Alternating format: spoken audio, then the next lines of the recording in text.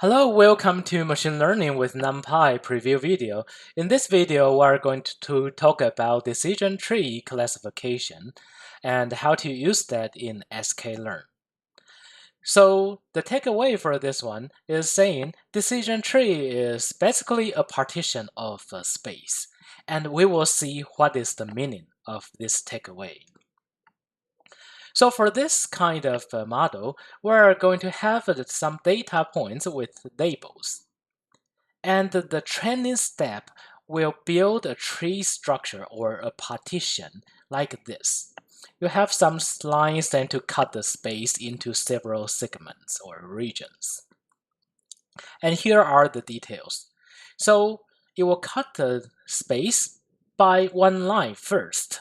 And this line is super easy. It will ask whether the second feature is less than or equal to a certain value or not. If you are imagining these are the x and y coordinates, this is saying, okay, y is less than or equal to 0.3 or not. If yes, then it belongs to the lower part, yet false belong to the upper part. And then for this region, you will ask a question again, find a cut in this region and ask another question, whether x coordinate is less than or equal to another value or not. Yes, that part, right? False, the right-hand side.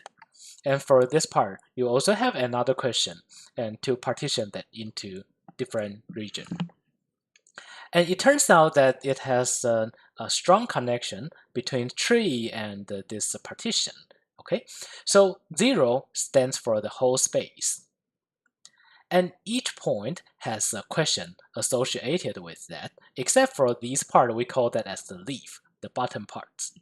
Okay, so each one has a question. So this is a region and it has a question. So you ask a question. If it is true, then you go left. If it is false, then you go right. And this one is the bottom region. For this bottom region, there is also one more question, which is this question. And you ask the question. If it is yes, then you go to this side. No, go to the other side. Now you have another two parts. Now you reach to the bottom, right? And then once you reach to the bottom, you will see what is the majority of this region.